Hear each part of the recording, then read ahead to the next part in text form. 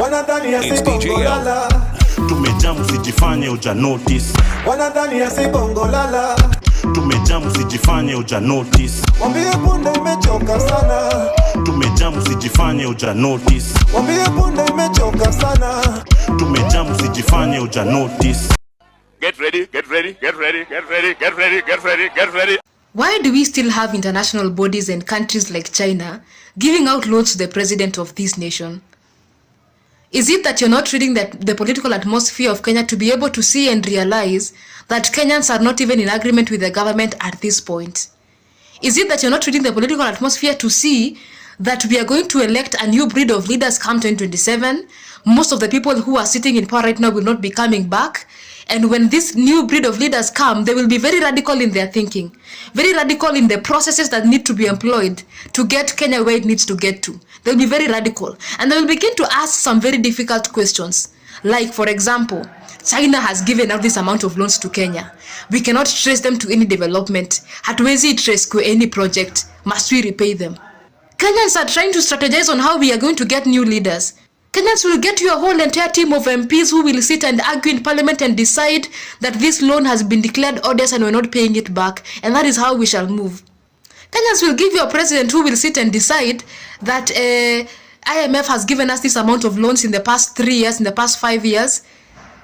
We do not think that by repaying them back or by forcing ourselves to pay it back, we are going to be advancing as a nation. So it is either you go rethink on your terms, rethink on your interest rates, or we are going to declare it odious also all the same. So it's a call for these nations, for these international bodies, please read the political atmosphere in Kenya and sit and have a discussion on whether you're going to keep on giving the president loans. And it's so interesting because some of these loans, especially being given by these international bodies, they don't give these loans to African nations with the intention that they develop and they get out of loans and debts. It is with the intention that you keep being dependent upon us, you keep sinking deeper and deeper into this sinkhole of debts, and we cripple you as a nation. So you'll be very surprised when we have radical leaders who will sit and question such ideologies and decide that we are not going to repay back these loans. These people will have to sit and rethink of their interest rates and the time allocated for each loan to be repaid. Otherwise, we're not going to pay them back. All the loans that the IMF has given to the President Ruto, all the loans the IMF gave to President Uhuru, never went to Parliament. Why? The appropriations bill, where are they in that bill? Even the Eurobond, in the 2015 budget, go and check, it is not there. So why are we being burdened with these things? We have got a doctrine of odious debt that can empower us as a sovereign people to say we shall only pay what we consumed and what benefited us. If the money benefited a regime, then the regime should be meant to pay. Or if we pay it, we auction the owners of the regime to refund the state. That once we take that radical step, I'm telling you, there's nothing less than radical surgery in terms of the rule of law. Article 40, clause 6 states very clearly, you have got no right to stolen property. Why are people moving around with stolen property? So let us go there, and we will be able to liberate our country. But let us first of all educate ourselves, and let us understand where the problem is. And if we implement this constitution, look at every clause and say, make sure it's implemented. Reject those who are saying that amended the law. There's no problem with the law. The problem is with the monkeys in the forest. Not with the forest. It's the monkeys in the forest who are a problem, not the forest. Right now unaweza kama useme huyu msee ni msee wa tribe yangu, lakini hakuna kitu ya maana amefanyia Kenya. Tangu tumchague akiwa MP ama senator ama whichever sitting, hakuna kitu ya maana amefanya na anaenda home. Because what has been happening for a very long time now is that people like saying corruption is in the system in Kenya. Hata ukingekuwa mzuri aje utaingia ukwe corrupt, juu corruption iko kwa system. And that's interesting. Me, what I think about this system issue is that the system is people. People are the one who sit down, make a system, agree upon a system, and make a system work for their interest. So, if you want to beat the system, then we are going to remove people from office. The majority of people who are sitting in power today, it is possible for Kenyans to sit and agree that they are going to go home. It is very possible. How we shall be able to do that? Number one, we need to continue having conversations in the online space and even physically and also in media houses of which are the people that are in power today who are not helping us. If possible, we can even mention names. Ukisikia na campaign tena MP anaingia tena kuwa president ama sijui which sitting, we call them out and we say we are not going to elect you. We become very vocal about that. Number two, how we are going to beat that? We need to start nurturing integrity as Kenyans. We are not addressing the issue of mtu anapatiwa 500 pale Twitter, pale X, anaenda kwa assassinate character ya Murara Kebaso. How is that making sense? How is that not corruption? How is it not corruption when atimsia anakuja kufanya campaigns kwa area yenyu mnapatiwa pesa ndio muende hizo campaigns? How is that not corruption? Why is it that we cannot start saying that we need to have integrity as Kenyans? The politics of being loyal to a specific individual are very much coming to an end in Kenya. And we are beginning to have a conversation of huyu mtu mwenye mnasema ni wetu ama hata kama si wetu, what are his ideologies? What is the vision that he has for this nation? What is the vision that he has for this constituency, for example, or this county? That is where we are getting to as Kenyans.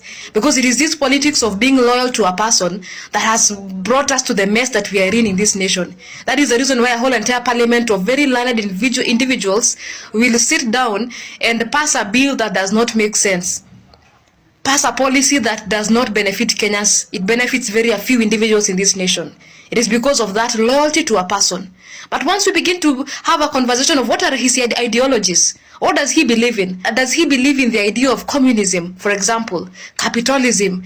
What idea does he has for us as a nation to come out of the debt crisis that we are in? And you see, even in the future, we shall very easily be able to call out now leaders whom we have elected.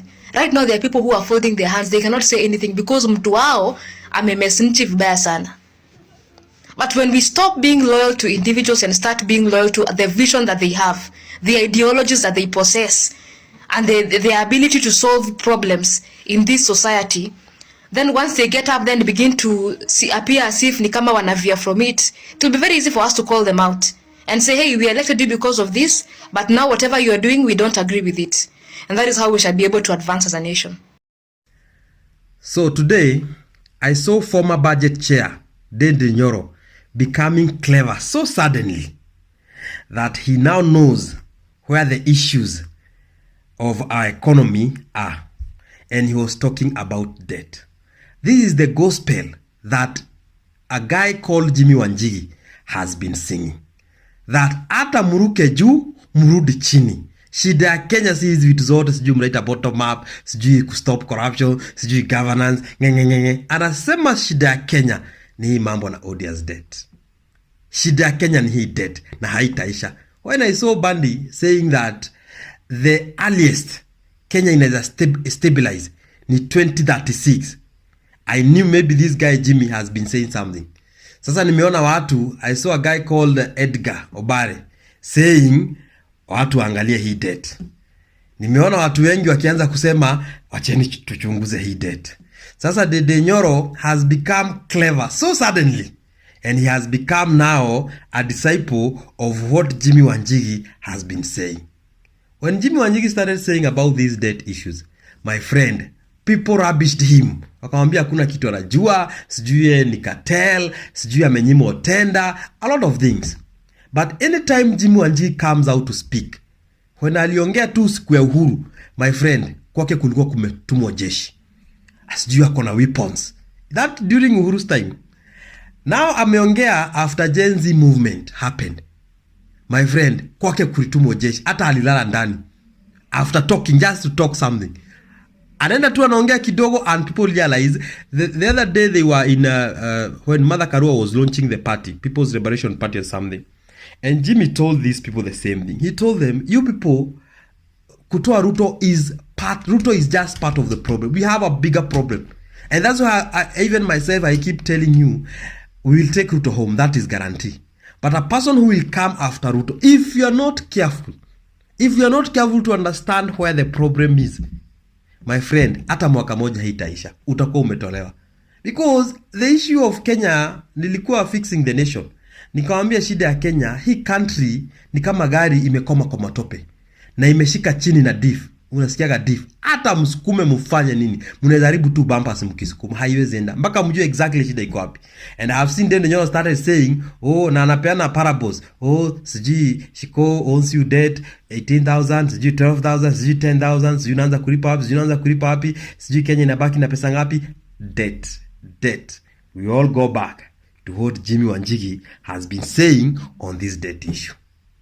We are all going back there. Hapo inakaa ndio shida iko, because anyway, kama Dede ametoka na ameanza kuongea hizo issues already, kumbe anajua hapo ndio shida iko. Yes, domestic was under 1 trillion. Under 1 trillion. Yeah, it was about 800 billion. When Moi was there, it was about 600. It was about 700 billion shillings. Yes. That was Moi. Yes. 700 billion shillings. Yes. Kibaki came in, left it at 2.3 or left it at 2.3. That's what he handed over to Uhuru. Okay. Then. All right. Then Uhuru handed over to Ruto at 8.4. 8.4 or 8.7? 8.4 is April, so maybe it was about 8.7 by the time we got to September. Yes. All right. Yes. This is President Uhuru Kenyatta. Yes. Okay.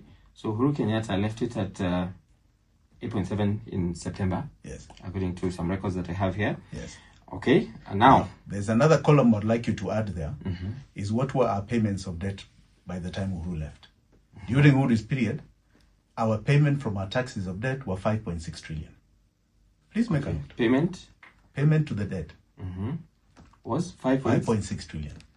And these are from our taxes. Where did you get this from our taxes? They're available public figures. Right? Minister of Treasury? They're in Treasury books. They're in Treasury quarterly reports. They're in the budget. How much did we pay towards debt? Right? So summarized in the period up to the time Uhuru left, we paid 5.6 trillion. Okay. And still we had an outstanding of 8.4 trillion. Or 8. Uhuru took what? 8.7 trillion. Yes. All right? Yes. Today, we are at 11 trillion. That I'm very glad that Ndindi Nyoro has come out as he did last week. This government and people in government have been in denial of some serious facts. You know, somebody was reminding me the other day that we are forgetting about the golden era of information. 2 years ago, when we had done this audit in the year 2022, I had to pay millions of shillings to get heard 1 hour, I think on Nation, one time on KTN. Millions of shillings to get heard on this debt issue. The president himself has said continuously we have a debt problem. Bandi himself, prior to last week, he had been saying we have a debt problem. We have a very serious debt problem. 70 shillings of 100 shillings of the taxes that we pay are going towards debt payments. It is an impossible situation. And the genesis is very simple. When Uhuru took power in 2013, our debt portfolio from Kibaki was 2.4 trillion. When he left, it was 8.4. Today, it is 11 trillion. You see those figures? 2.3. 2.3 Kibaki. 2.3. On March 7th, 2025. These were his words. We have reached a point where we are struggling to pay our debts, and it is a catch-22 situation. These are his own words. We are between a rock and a hard place. For us to clear our bills, we should be taxing you more, but we cannot tax you anymore. So what do? We have to struggle to pay these debts. Attempts to tax Kenyans more backfires and kills the economy. But we also have loans that we must pay. We owe 11 trillion. March this year. 2 months. On April 6th, he goes on to say this. It is true, our economy is not in the right trajectory. It is not doing well. It is adversely affected by years of reckless borrowing and poor fiscal management. He specifically pointed out to the misuse of short-term loans, domestic loans, to fund long-term projects. They are not funding any projects. He's been lied to, as a key mistake that has contributed to the country's financial struggles. Now, this is a man who then, a week later, is saying Dindi Nyoro is saying something reckless. Does that make sense to you? I wish I could sympathize with Mbadi, but I cannot. He's a betrayer. He's a snitch. See what is happening to you now. Those are lies. If you want to know the truth, all you need to do is take the national government expenditure items. Which is the largest expenditure item vote on the national budget? Top on the list is debt that gobbles 70% of your collections, of your revenue. Goes to debt. In fact, this year, projections of what they're going to collect as revenue is around 2.3 trillion. Do you know how much they're paying? Spending on debt finance? 1.9 trillion. That is this financial year. They already paid 900 billion as at end of January. They're supposed to pay 1 trillion before end of June. That's the largest expenditure item on the national budget, is debt. So anybody telling you to go and focus on salaries and allowances, he's sending you to the bush, sending you to the squirrels. Deal with the elephant in the room. What's the percentage the salaries take? What's the percentage compared to what debt is taking? Debt is almost hitting 70-80%. Badi has just told you that the economy is not looking good. In fact, he had said the earliest you can get a reprieve, if you're lucky, is 2034. Talking of Mbadi's words, do you think if there is a regime change, then Kenyans may not have to wait until 2034? Of course, the Safina regime will change this. And I've told you our main problem, the largest expenditure item of our budget is debt finance. It will only take a regime that has the conviction to confront that debt monster. Then things will change. Because Mbadi next year must pay, this coming financial year, he's supposed to pay 2.2 trillion in debt finance. His collection this year, this financial year, is going to be 2.3 trillion. In other words, almost 100% of what he collected this year, if the budget remains as it is, you're going to spend it on debt finance. So he must come back to the people and increase their taxes. And that is what, as a Safina, we are saying is unsustainable. You need a convicted leader who will say, I must confront the debt monster. You like me, why them a fight me? You like me, chewing a bone, a bite.